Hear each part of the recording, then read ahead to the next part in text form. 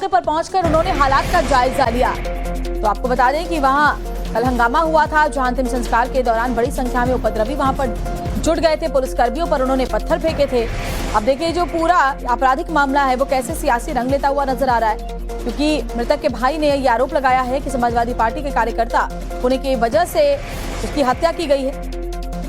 तो बड़ी खबर, वाराणसी के डीआईजी पथराव वाली जगह पर पहुंचे, वहां उन्होंने ये फ्लैग मार्च भी उसमें शामिल हुए और लोगों से माहौल शांत रखने, शांति बनाए रखने की उन्होंने अपील की और साथ ही सख्त लहजे में चेतावनी भी पुलिस की तरफ से दी गई है कि जो भी उपद्रव मचाएगा, अगर फिर से किसी ने माहौल खराब करने की कोशिश की तो सख्त कार्रवाई उसके ऊपर होगी। तो कमलेश चौधरी का एनकाउंटर हुआ था, कुख्यात अपराधी जिसके ऊपर कई संगीन मामले दर्ज थे, और पुलिस ने जब उसे रुकने को कहा था तो उसने पुलिस पर जवाबी फायरिंग की थी, जिसके बाद पुलिस की गोली में एनकाउंटर हुआ था उसका। और अब बड़ी खबर यह है कि कल जब अंतिम संस्कार हुआ और जिन लोगों ने उपद्रव मचाया था, पुलिसकर्मियों के ऊपर पत्थर फेंके थे, उन लोगों के खिलाफ केस दर्ज किया गया है। तकरीबन 60 से 70 ऐसे लोग हैं। और इस बीच आपको बता दें कि गाजीपुर एनकाउंटर पर राजनीति भी गरमाई हुई है। अखिलेश यादव ने भी इस पर पोस्ट किया है और यूपी सरकार पर सवाल खड़े किए हैं।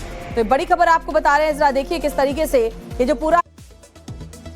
तो बड़ी खबर आपको बता रहे हैं, वाराणसी के डीआईजी पथराव वाली जगह पर पहुंचे, मौके पर पहुंचकर उन्होंने हालात का जायजा लिया। तो आपको बता दें कि वहां कल हंगामा हुआ था, जहां अंतिम संस्कार के दौरान बड़ी संख्या में उपद्रवी वहां पर जुट गए थे। पुलिसकर्मियों पर उन्होंने पत्थर फेंके थे। अब देखिए, जो पूरा आपराधिक मामला है वो कैसे सियासी रंग लेता हुआ नजर आ रहा है, क्योंकि मृतक के भाई ने ये आरोप लगाया है कि समाजवादी पार्टी के कार्यकर्ता होने की वजह से उसकी हत्या की गई है। तो बड़ी खबर, वाराणसी के डीआईजी पथराव वाली जगह पर पहुंचे, वहां उन्होंने ये फ्लैग मार्च भी उसमें शामिल हुए और लोगों से माहौल शांत रखने, शांति बनाए रखने की उन्होंने अपील की और साथ ही सख्त लहजे में चेतावनी भी पुलिस की तरफ से दी गई है कि जो भी उपद्रव मचाएगा, अगर फिर से किसी ने माहौल खराब करने की कोशिश की तो सख्त कार्रवाई उसके ऊपर होगी। तो कमलेश चौधरी का एनकाउंटर हुआ था, कुख्यात अपराधी जिसके ऊपर कई संगीन मामले दर्ज थे, और पुलिस ने जब उसे रुकने को कहा था तो उसने पुलिस पर जवाबी फायरिंग की थी, जिसके बाद पुलिस की गोली में एनकाउंटर हुआ था उसका। और अब बड़ी खबर यह है कि कल जब अंतिम संस्कार हुआ और जिन लोगों ने उपद्रव मचाया था, पुलिसकर्मियों के ऊपर पत्थर फेंके थे, उन लोगों के खिलाफ केस दर्ज किया गया है। तकरीबन 60 से 70 ऐसे लोग हैं। और इस बीच आपको बता दें कि गाजीपुर एनकाउंटर पर राजनीति भी गरमाई हुई है। अखिलेश यादव ने भी इस पर पोस्ट किया है और यूपी सरकार पर सवाल खड़े किए हैं।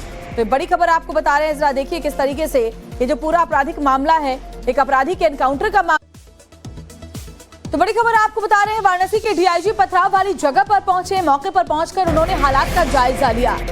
तो आपको बता दें कि वहां कल हंगामा हुआ था, जहां अंतिम संस्कार के दौरान बड़ी संख्या में उपद्रवी वहां पर जुट गए थे। पुलिसकर्मियों पर उन्होंने पत्थर फेंके थे।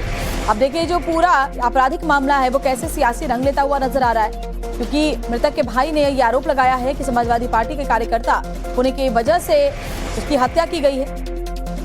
तो बड़ी खबर, वाराणसी के डीआईजी पथराव वाली जगह पर पहुंचे, वहां उन्होंने ये फ्लैग मार्च भी उसमें शामिल हुए और लोगों से माहौल शांत रखने, शांति बनाए रखने की उन्होंने अपील की और साथ ही सख्त लहजे में चेतावनी भी पुलिस की तरफ से दी गई है कि जो भी उपद्रव मचाएगा, अगर फिर से किसी ने माहौल खराब करने की कोशिश की तो सख्त कार्रवाई उसके ऊपर होगी।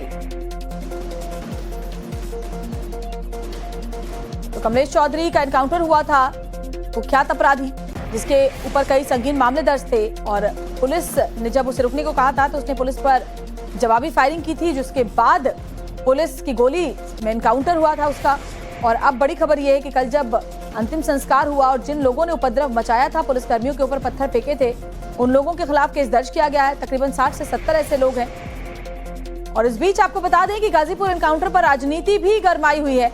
अखिलेश यादव ने भी इस पर पोस्ट किया है और यूपी सरकार पर सवाल खड़े किए हैं।